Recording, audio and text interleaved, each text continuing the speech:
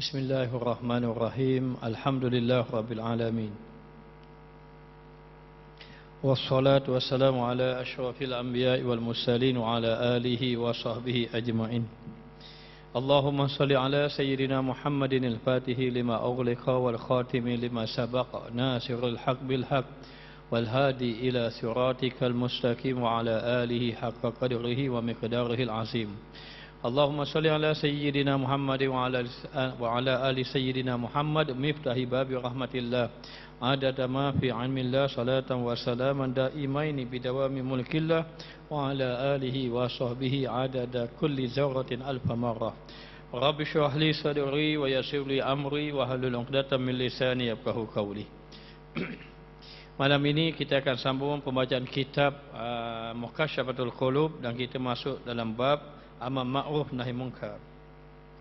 Sayyidatina Aisyah radhiyallahu anha meriwayatkan bahawa Nabi Muhammad sallallahu alaihi wasallam telah bersabda, Allah Subhanahu wa taala telah mengazabkan penghuni kampung itu yang mengerjakan 18,000 perbuatan para nabi. Maksud dia penduduk kampung itu soleh, buat ibadat. 18,000 perbuatan nabi maknanya sembahyang, puasa, sedekah, semua bagus dia buat baik. Tapi Rasulullah mengatakan Allah Ta'ala mengazabkan penduduk kampung tadi. Lalu sahabat bertanya hairan, macam mana yang telah membuat 18,000 amalan para nabi? Maknanya orang ni buat amalan baik-baik, sebab semua para nabi buat amalan baik. Jadi macam-macam dia telah buat amalan-amalan yang baik, tetapi Allah mengazabkan penghuni kampung tadi.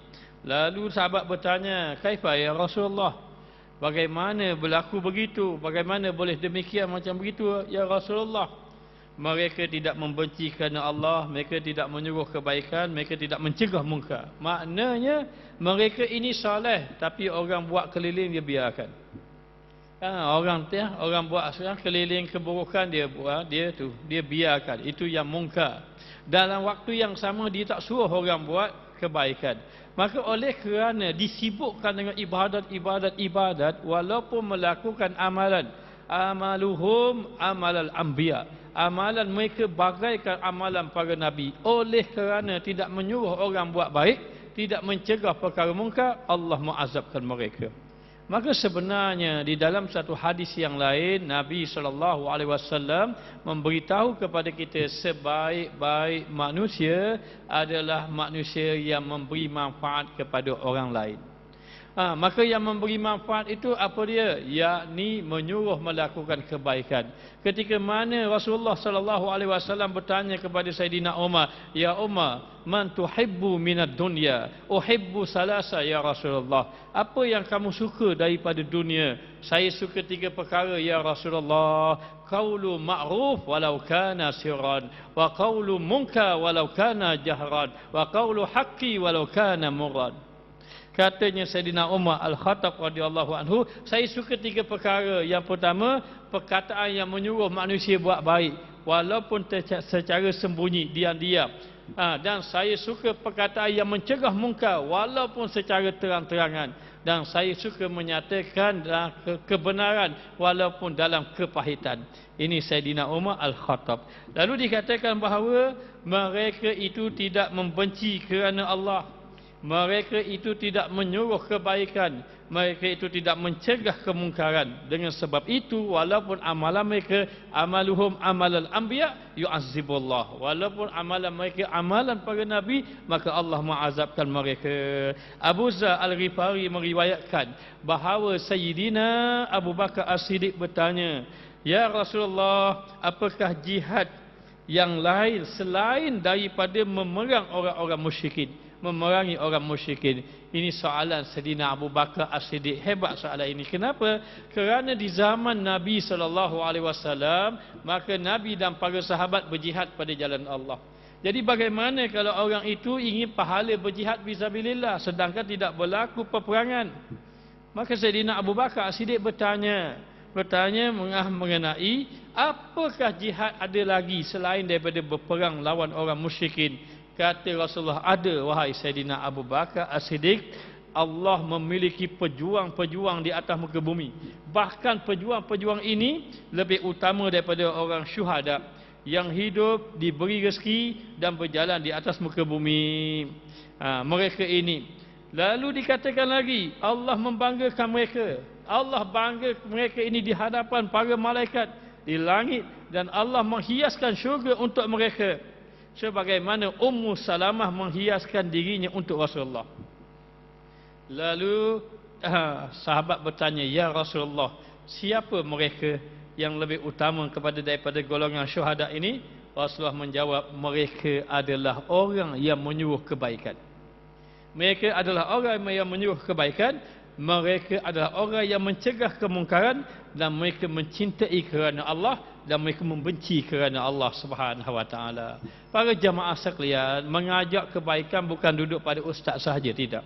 Mengajak kebaikan bukan duduk kepada ulama sahaja.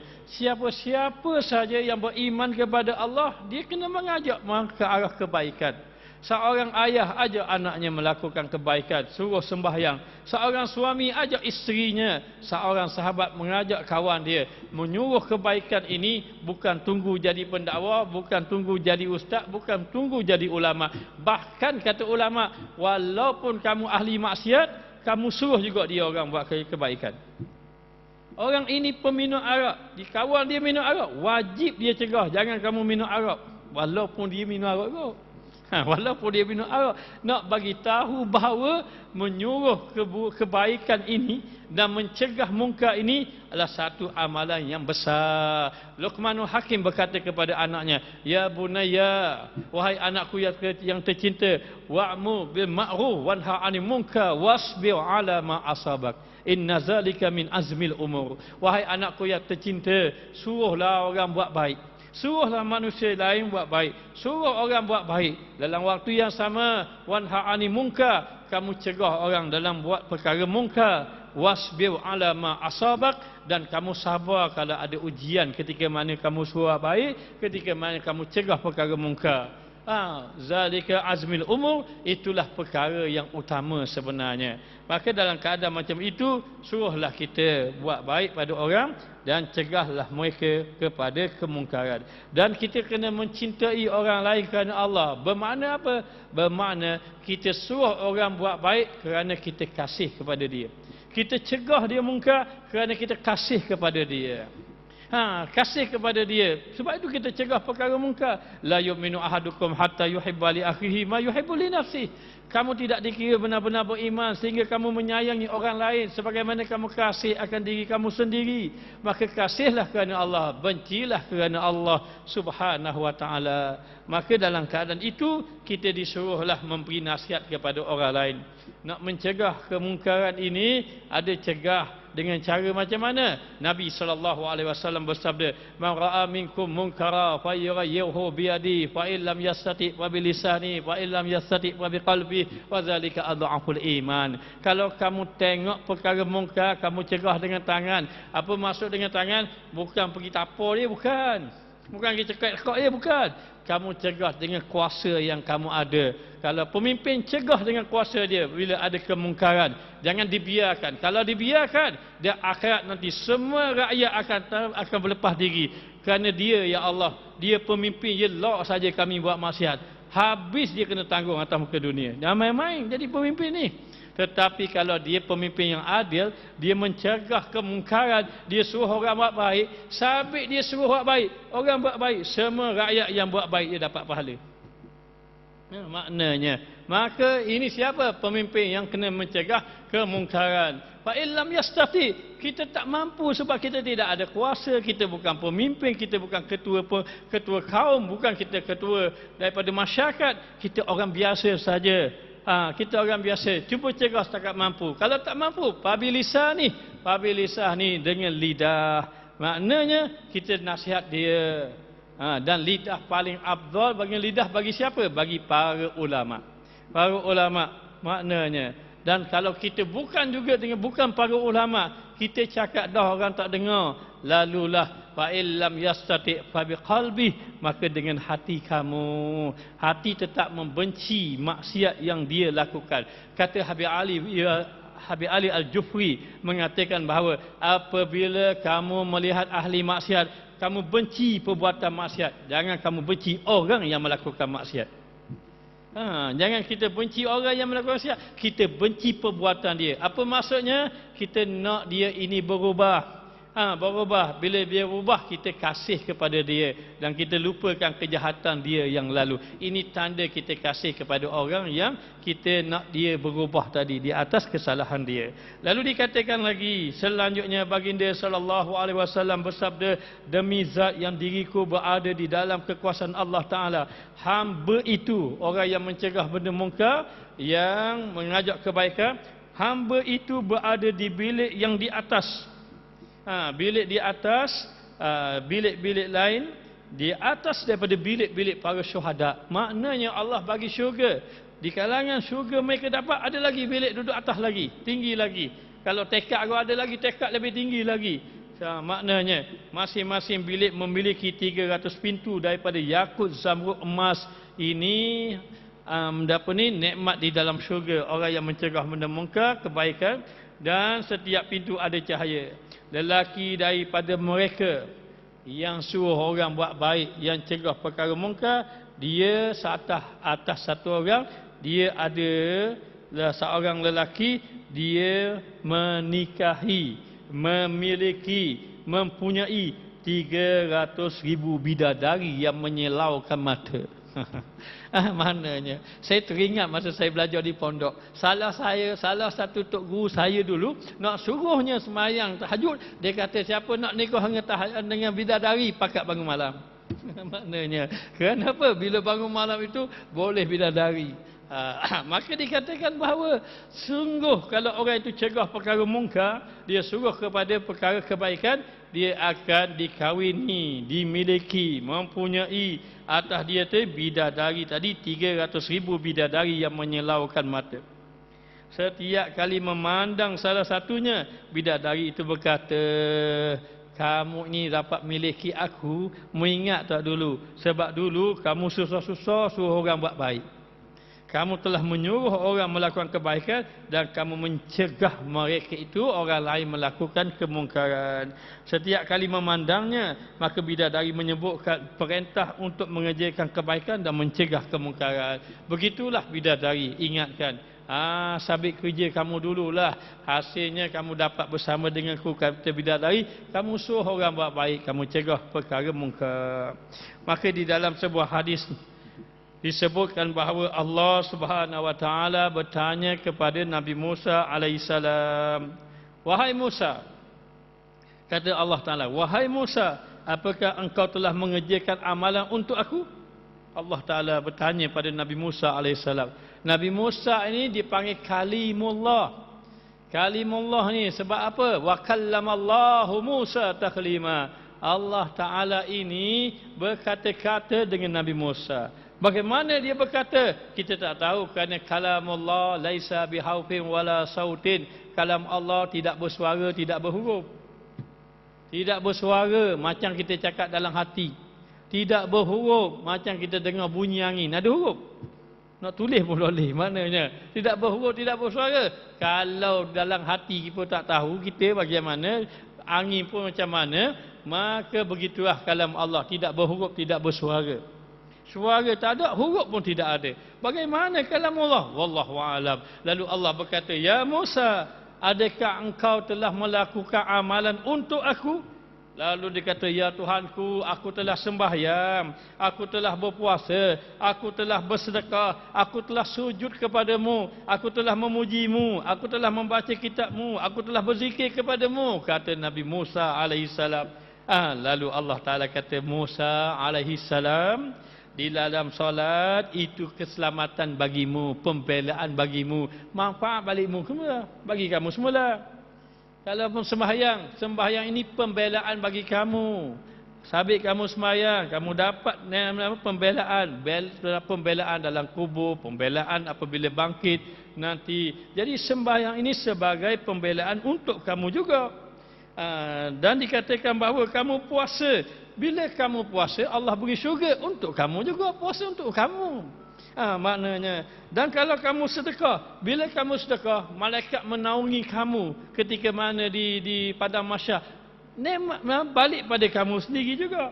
Dan kalau kamu bertasbih, dalam kubur ada cahaya untuk kamu juga. Semua milik kamu belaka, mana untuk akunya?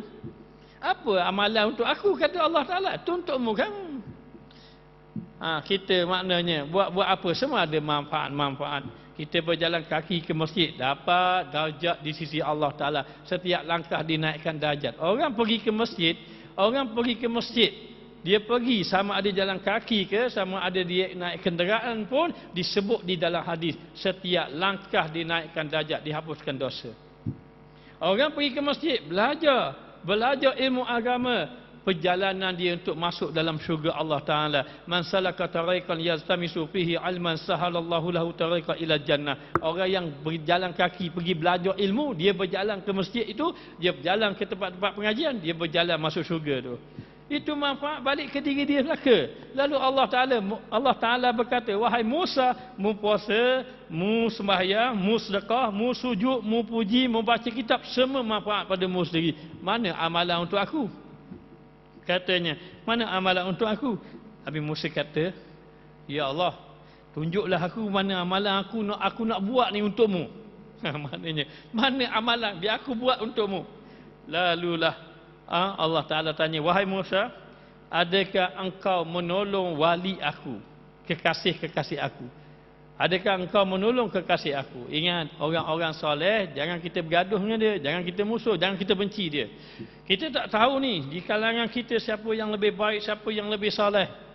Maknanya, tiba-tiba di sisi Allah dia soleh. Dia satu orang soleh, kita pun membenci dia. Nabi bersabda, man adali waliyan faqad azantuhu biharbi. Siapa yang memusuhi orang yang aku cinta, maka aku isytihar perang kepada dia. Ada kamu pernah memusuhi wali aku? Ada kamu pernah menolongi wali aku? Lalu Nabi Musa pun faham. Rupa-rupanya yang dimaksudkan kehendak Allah Ta'ala ini, amalan untuk dia adalah mengasihi hamba Allah. Mencintai hamba Allah. Mencintai hamba Allah, cinta kerana Allah, benci kerana Allah Ta'ala. Itulah amalan yang semata-mata kerana Allah Subhanahu Wa Ta'ala. Abu Ubaidah ibnu Jarrah berkata, saya bertanya, ya Rasulullah, syuhada mana yang paling utama di sisi Allah Subhanahu Wa Ta'ala? Orang yang mati syahid yang mana yang paling utama? Baginda menjawab, seseorang yang pergi berjumpa dengan pemimpin yang zalim. Seorang yang pergi berjumpa dengan pemimpin yang derhaka kepada Allah. Lalu dia pergi berjumpa dengan pemimpin yang zalim, lalu dia menyuruh melakukan kebaikan dan mencegah perkara mungkar. Akibat daripada itu, pemimpin yang zalim ini marah lalu membunuh dia.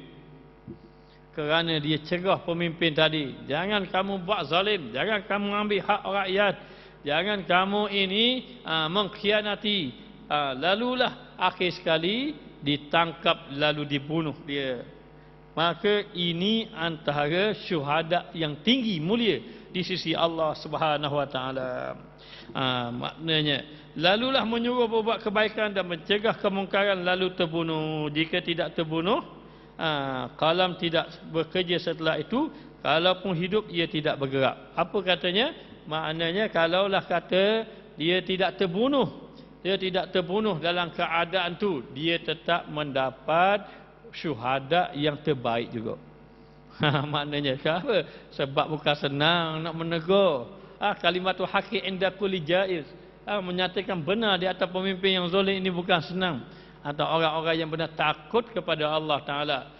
Sebab itu ketika Yusuf Hajar As-Saqafi, satu ketika dahulu ada satu governor yang kerja dia memancung kepala para ulama.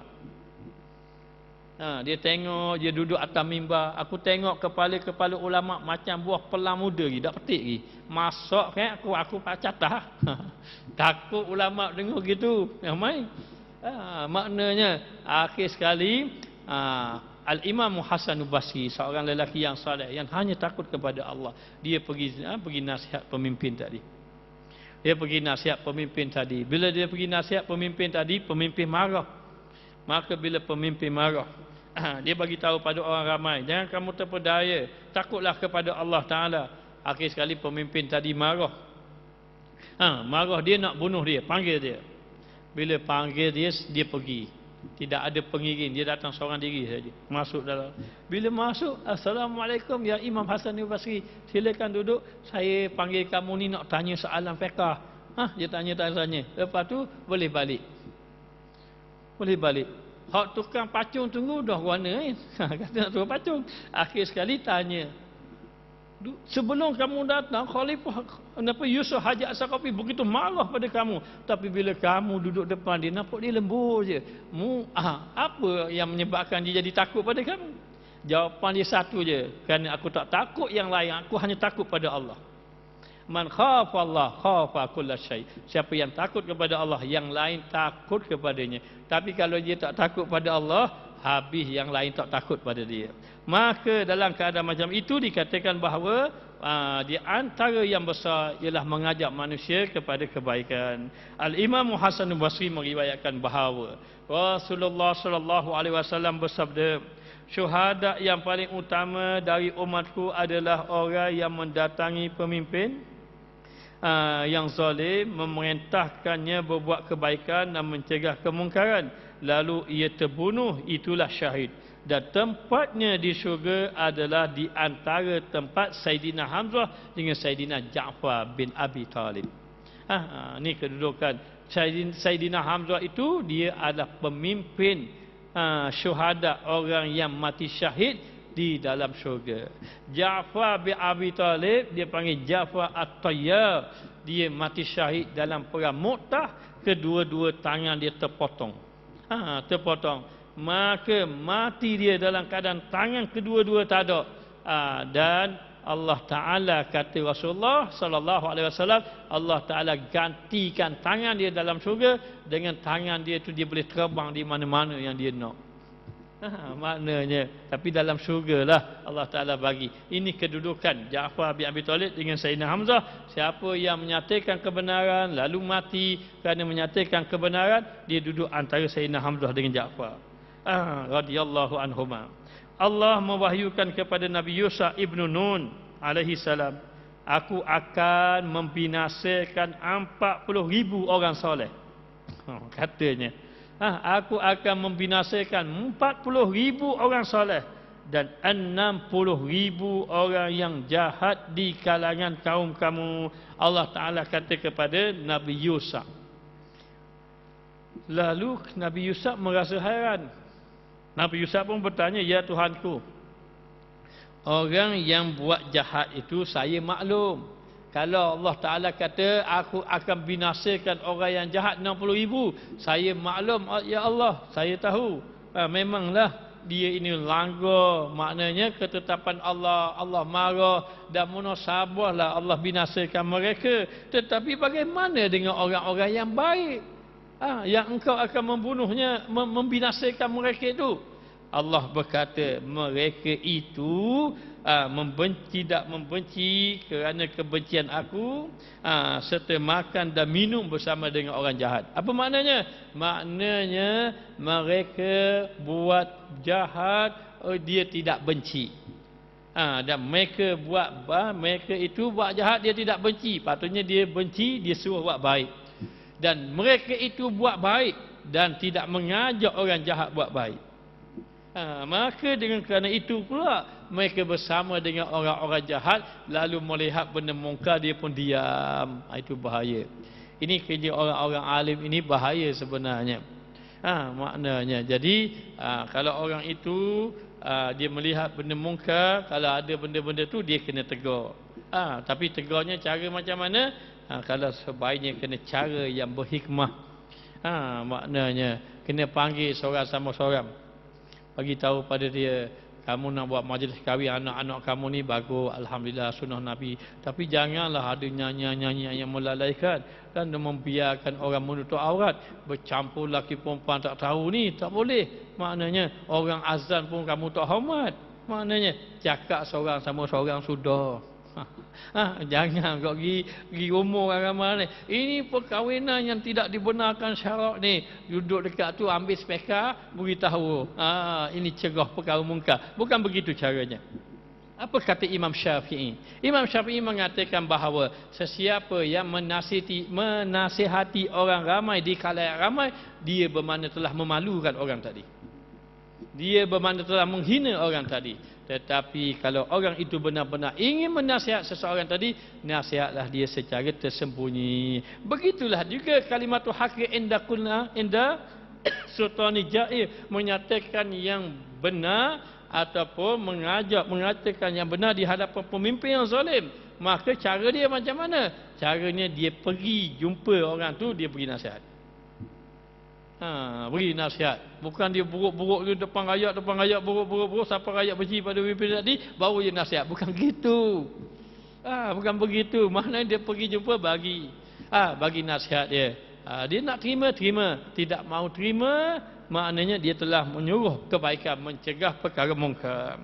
Lalu Anas radhiyallahu anhu berkata, kami bertanya kepada Rasulullah sallallahu alaihi wasallam, ya Rasulullah, tidakkah kami memerintah kebaikan sebelum mengerjakan keseluruhnya dan tidak mencegah kemungkaran sebelum menjauhi semuanya? Apa maksudnya sahabat Nabi? Kata, ya Rasul, kalau bahasa kita gini, bukan saya nak tambah suruh orang buat baik. Saya nak buat belaka kebaikan, baru saya suruh orang baik. Bukan saya tambah suruh orang buat baik, tapi saya tak buat lagi kebaikan. Sebab tu saya tak nak suruh orang buat baik. Dan bukan saya tidak mahu mencegah kemungkaran. Saya nak jadi soleh betul-betul, nak tinggal kemungkaran belaka pada diri saya, baru saya nak suruh orang tinggal kemungkaran. Maknanya sahabat Nabi ini, kalau dia tanya soalan Nabi itu kepada baginda Rasulullah sallallahu alaihi wasallam, ia sebenarnya memberi pengajaran, peringatan kepada kita. Dan itu akan berlaku pada kita. Kita akan kata gitu, saya bukan tambah orang baik, saya bukan orang baik. Jadi orang buat jahat kita elak saja. Kenapa? Nak tegur kerana kita pun gitu juga macam dia. Maknanya lalulah Rasulullah sallallahu alaihi wasallam menjawab, perintahkanlah buat baik. Perintahkanlah kebaikan. Suruhlah orang buat kebaikan. Suruhlah orang buat kebaikan. Walaupun kamu tidak mengetahui seluruhnya, yakni walaupun kamu tak mampu buat kebaikan seluruhnya. Suruh dulu orang buat baik. Apa-apa suruh orang buat baik. Dan kamu cegah benda mungkar, walaupun kamu tidak dapat menjauhi kemungkaran seluruhnya. Bagi tugas kamu, apabila perkara mungkar, kamu cegah. Kamu cegah. Sebab tu kata ulama tauhid, dia kata kalau orang itu minum arak, maka dia tengok orang minum arak, wajib, bukan sunat, wajib dia cegah orang tu jangan minum arak. Maknanya walaupun dia minum arak juga, maknanya maka ada satu orang yang soleh, dia ini soleh, maka dia ini satu ketika dia dapat duit. Bila dapat duit, dia bagi duit itu kepada siapa? Kepada orang minum arak. Lepas tu dapat duit, dia bagi pada siapa? Kepada penzina. Dia dapat duit, dia bagi pada siapa? Kepada orang main judi. Gitulah. Maknanya duit ni bagi. Orang kata, kenapa kamu bagi duit tu? Kan dia buat benda maksiat. Kamu ni macam galak ke dia saja. Dia berkata apa? Tidaklah aku memberi wang kepada dia kecuali aku menasihati dia. Bukan wis saja-saja. Kalau wis saja-saja memang sedap dia lah. Maknanya tidaklah aku memberi wang dan aku menasihati dia. Lalu mengatakan bahawa cukup, jangan kamu kerjakan benda yang haram ini. Jangan kamu berjudi, ambil duitku. Jangan kamu minum arak, ambil duitku. Dan tidaklah aku ini memberi duit kepadanya kecuali aku mendoakan kebaikan untuk dia. Apa yang berlaku akhirnya? Yang berlaku akhirnya orang yang ambil duitnya semua bertaubat kepada Allah Subhanahu Wa Taala. Ini salah satu mencegah kemungkaran. Kemungkaran yang dicegah dengan cara yang baik. Dalam kisah yang lain, satu ketika satu orang raja itu kata kepada dia punya pembantu dia kata better mau keluar tengok rakyat. Gitu. Ni raja. Jadi dia mau keluar tengok rakyat. Tapi kalau nak tengok rakyat, Kalau pakai dengan pakaian kebesaran dia dan diiringi dengan beberapa dia punya tentera-tentera dia, jadi orang pun akan tahu ini raja. Maknanya jadi raja nak tengok keadaan rakyat, raja tersebut pakai pakaian biasa, pakai pakaian rakyat biasa saja. Siapa rakyat tak tahu dia. Raja tadi turun tengok masyarakat, terkejut raja tadi. Kenapa? Ada satu orang hamba Allah mati tengah jalan, tak ada orang cara. Biar gitu saja. Terkejut raja. Macam mana orang mati biar gitu saja?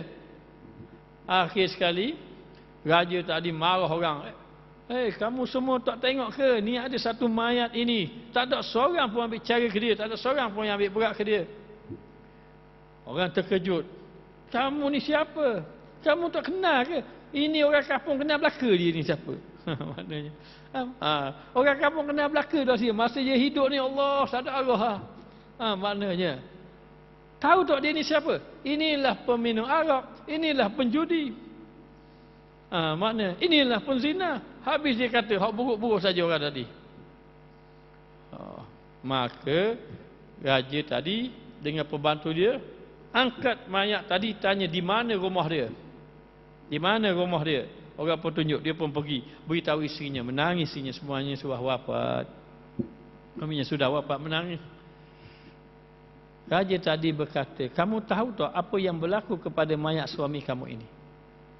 Mayat suami kamu ini tak ada orang pun yang ambil hirau dia. Orang lalu lalang begitu. Dah kamu tahu tak apa yang orang kata pada suami kamu? Orang kata pada suami kamu begini orang kata. Dialah penzina, dialah peminum arak.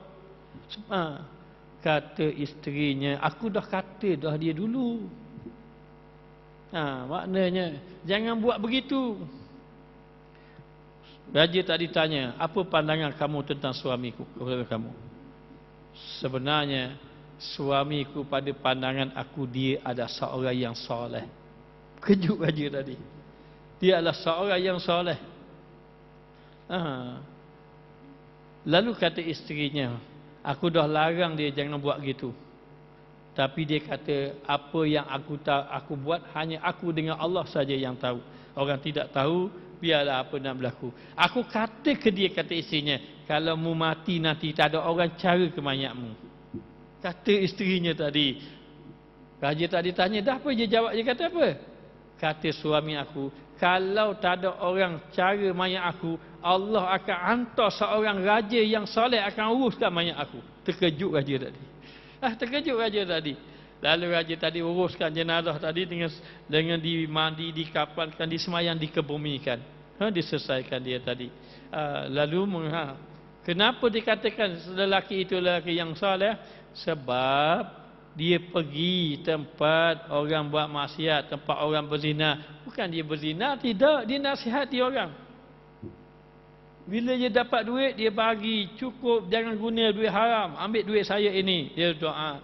Dan kadang-kadang dia pergi nasihat orang minum arak. Orang tak mampu nak minum. Payah orang minum arak, nasihatnya tengah mabuk gitu. Maknanya, nak nasihat mana? Akhirnya dia beli botol arak. Dia beli arak. Jadi orang tengok dia beli arak. Dia beli arak. Bila dia beli arak, buat apa arak? Dia minum lagi ke? Tak. Dia ambil kayu ke tukur tak kira. Dia pecahkan, ambil semua botol-botol arak. Dia kata, ya Allah, ini saja yang aku mampu. Maknanya, dengan ini bila aku beli, bermakna orang akan selamat daripada minum arak, dia kata. Maka dia beli untuk membinasakan. Oh begitu rupanya. Rupa-rupanya orang yang dikatakan penzina itu, orang yang dikatakan maknanya peminum arak itu, dia adalah wali Allah Subhanahu wa taala. Baik. Maka seorang ulama salaf berwasiat. Seorang ulama salaf berwasiat kepada anaknya, apabila seseorang daripada kamu hendak memerintahkan kebajikan, kalau nak ajak orang buat baik, kita nak ajak orang buat baik, katanya teguhkan dirimu dengan kesabaran. Bila kita nak ajak orang buat baik, teguhkan diri kamu dengan kesabaran. Kenapa? Kerana apabila kita nak buat baik, maka akan ada orang yang memusuhi kita. Benarlah kata Luqmanul Hakim, dan Allah rakamkan di dalam Al-Quran. wa'mur bil ma'ruf wanha 'anil munkar wasbir 'ala ma asabak. Kamu suruh orang buat baik, kamu cegah perkara mungkar dan kamu sabar apa yang menimpa kamu. Maknanya bila kita suruh orang buat baik, memang kena sabar apa yang menimpa pada kita. Maka demikianlah maknanya. Sebab itu suruh orang buat baik, cegah perkara mungkar ini dikatakan bahawa pahala yang besar. Bahkan di dalam Al-Quran mengatakan sebaik-baik manusia, kuntum khaira ummatin ukhrijat linnas ta'muruna bil ma'ruf wa tanhauna 'anil munkar wa tu'minuna billah. Kamu menjadi sebaik-baik manusia yang dikeluarkan di kalangan manusia. Allah Ta'ala beritahu manusia yang baik-baik, antara manusia yang baik, yang terbaik itu adalah yang mengajak manusia kepada kebaikan, yang mencegah kepada kemungkaran, yang mengajak manusia beriman kepada Allah Subhanahu wa taala. Lalu ulama kata kalau kamu nak cegah benda mungkar, kamu kena sabar, nanti pelbagai-bagai ujian yang menimpa kepada kamu. Kerana apa? Kerana menyuruh orang buat baik. Maka dalam waktu yang sama, yakinlah kepada pahala Allah, yakinlah kepada ganjaran Allah, yakinlah pada janji Allah, agar istiqamah kamu dalam menyuruh orang buat baik dan mencegah perkara mungkar. Dalam kita cegah perkara mungkar, kita suruh orang buat baik ni, kita jangan harap pujian orang. Bila kita harap pujian orang, orang ni tak puji, kita kecewa. Dan juga kita jangan imbalan kalau orang itu mencegah benda mungkar, kita suruh, kita larang orang, lalu orang marah kita, orang kutuk kita, orang jahat kita, orang sihir kita, orang khianat kita. Itu memang sunnatullah. Itu memang sunnatullah. Ini saya malah nak suruh orang baik, orang buat zakat, kita buat baik, orang buat jahat kita. Kita malahlah orang sihir kita, orang buat zalim kita. Jangan kecewa dalam buat baik. Dalam suruh buat baik tidak ada kekecewaan. Kerana itulah yang perlu kita lakukan. Dan itulah yang dikatakan oleh ulama. Ingat, bukan mudah nak suruh orang buat baik, mencegah perkara mungkar. Maka kena sabar. Barang siapa yakin pahala Allah, dia tidak akan derita. Sebab apa tidak derita?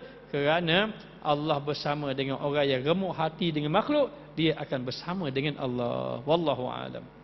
Rabbana atina fid dunya hasanah wa fil akhirati hasanah wa qina azabannar. Wa sallallahu ala sayyidina Muhammad wa ala alihi wa sahbihi wasallam. Walhamdulillahirabbil alamin.